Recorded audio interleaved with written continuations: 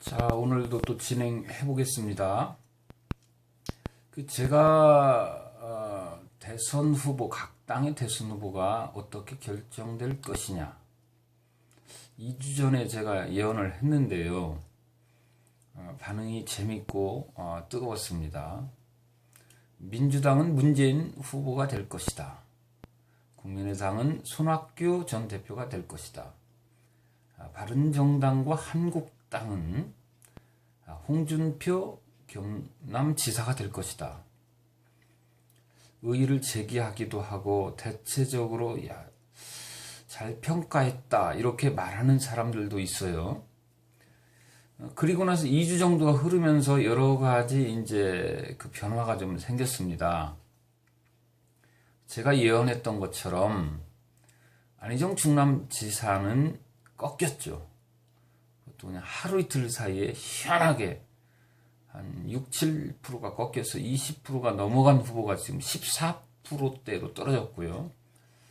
기세가 꺾였다라고 볼 수가 있죠.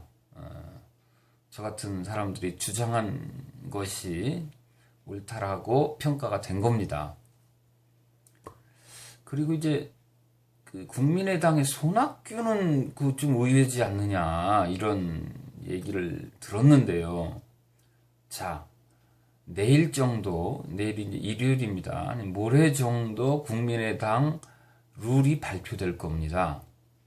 더 늦춰질 수가 없으니까요. 다음 주에 이제 탄핵이 될 수도 있는 문제라. 내부적으로 이미 정해졌다고 그래요. 합의가 됐다. 어떻게 됐느냐? 제가 주장한 대로 손학규 대표 측이 원하는 대로 됐다. 주민등록증만 있으면 각 지역의 경선장에 가서 아무나 할 수 있게끔 75%에 그렇게 하기로 결정이 됐고요. 25%만 이제 수기 배심원제, 큰 의미는 없다고 봐요. 각 후보들이 이제 정하는 거기 때문에 그 25%는 큰 의미가 없다. 그러면 이제 선거날 몰려오는 사람들 혹은 동원된 사람들 조직적인 표심에 의해서 국민의당의 후보가 결정될 것이다. 제가 얘기한 대로 된 거예요. 그래서 손학규 대표가 근소하게라도 이길 것이다. 이길 것이다. 호남의 현역 의원들이 국민의당의 23명의 현역 의원 중에 한 20명 정도는 은밀하게 손학규 대표를 밀 거예요. 그리고 민주당 내에 현역 배지 의원들, 현역 국회의원들 중에 20, 30명은 아마 도와줄 겁니다. 손학규를. 왜? 못 따라간 것도 미안하거든요, 사실은.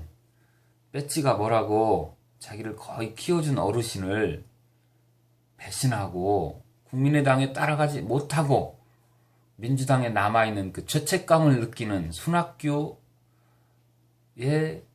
그 추종 세력, 손학규 키드 정도 되는 손학규 대표 때문에 대한민국 국회의원이 된 양반들이 많아요. 그분들이 미안해서라도 아주 열심히 물밑에서 움직여 줄 것이다. 그럼 충남만 해도 적지 않은 현역 의원들이 있습니다. 그래서 결국은 손학규가 이긴다. 그리고 바른정당과 한국당도 왜 홍준표냐? 왜 홍준표냐? 자, 이쪽이요. 야당이 정권을 잡을 확률이 높다라고 얘기하고 있어요. 대세론, 프레임. 강력하게 대항할 수 있는 이미지, 소신, 강력한 워딩의 소유자이기 때문에 이 프레임의 반대 세력의 후보가 될 확률이 높다라고 하는 거예요. 난세에 영웅 난다고 하지 않습니까? 보수 쪽에서는 강력한 이미지, 강력한 카리스마의 후보가 필요해요. 그리고 부각될 겁니다.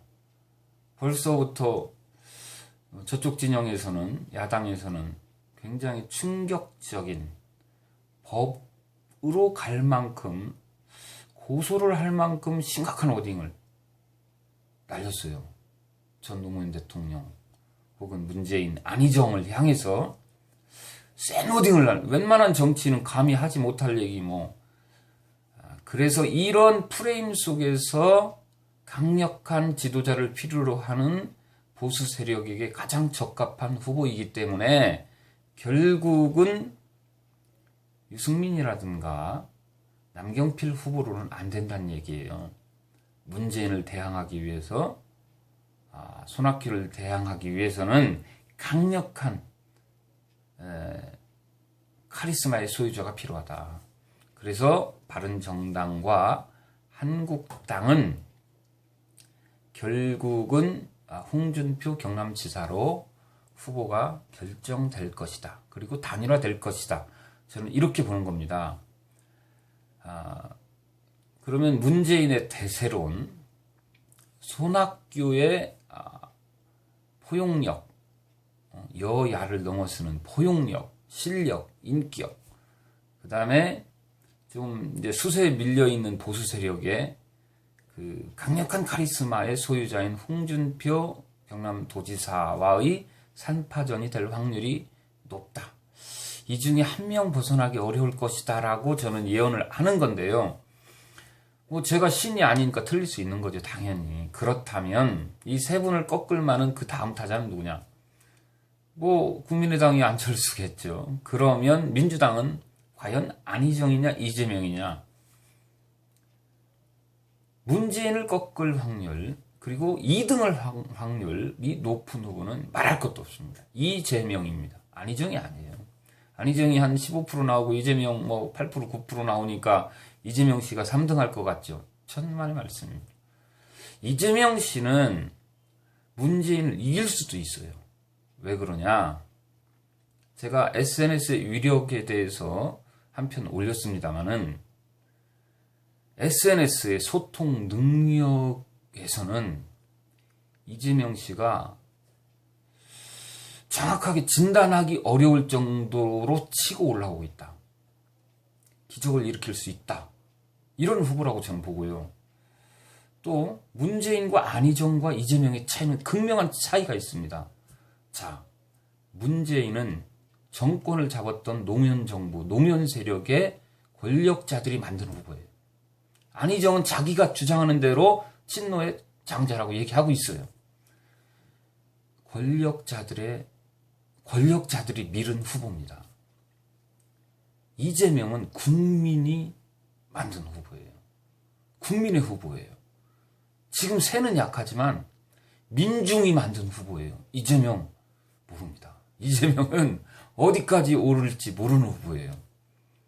그래서 문재인의 대세론에 영향을 줄 수 있는 민주당 경선의 흥행은 이재명일 것이다. 두고 보세요. 그렇게 될 겁니다. 그리고 국민의당의 손학규와 안철수는 비슷해질 거예요. 그리고 거기도 재밌어질 겁니다. 그래서 오늘은 요 정도 하겠습니다. 요 정도. 그리고 다음에 더 재미있는 얘기 좀 하겠습니다.